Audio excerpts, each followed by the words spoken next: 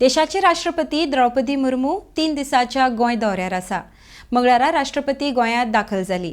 तांच्यांनी आझाद मैदानार हुतात्मा स्मारकाक आर्गां ओंपलीं। RDX गोवा खातीर पणजेच्यान गौतम शिरोडकार।